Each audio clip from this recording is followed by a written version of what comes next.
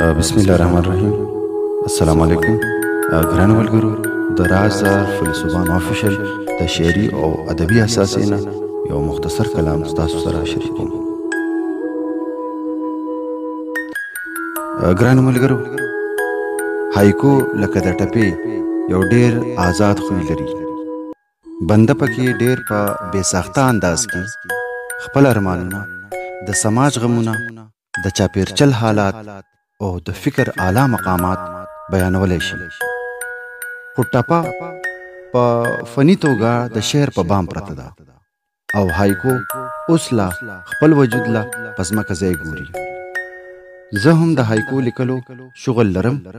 یو 3 هایکوز ستاسو په درانه حضور کې پیش کوم. زما په ژوند کې بلها خوبونه، زما په ژوند کې بلها خوبونه، او دغه یو خوب پکې رښتیا شو اخر، چې ژوندون خوب نه حقیقت ته فریب، چې ژوندون خوب نه حقیقت ته فریب.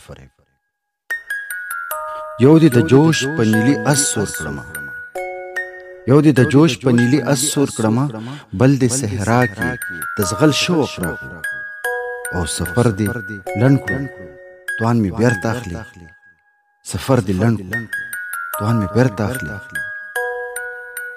او کله تڼۍ مې د خیال وشلولې، کله تڼۍ مې د خیال وشلولې، کله ګریوان مې په ازغو راټول کړ. خو د لیونتوب د تهمت خلاص نشوم، د لیونتوب د تهمت خلاص نشوم.